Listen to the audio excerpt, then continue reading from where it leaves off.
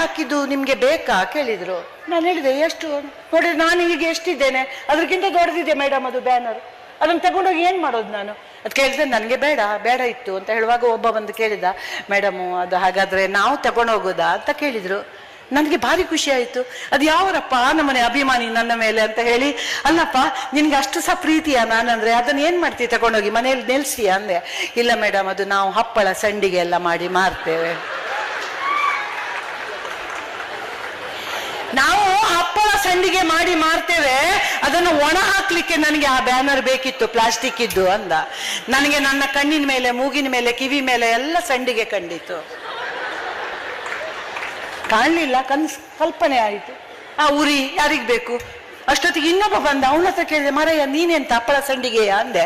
ಇಲ್ಲ ಮೇಡಮ್ ಮಳೆಗಾಲ ಬಂತಲ್ಲ, ನಮ್ದು ಟಾಯ್ಲೆಟ್ ಸೋರ್ತಾ ಇದೆ ಮೇಲೆ ಹಾಕ್ಲಿಕ್ಕೆ, ಮಾಡಿಗೆ ಮುಚ್ಚಲಿ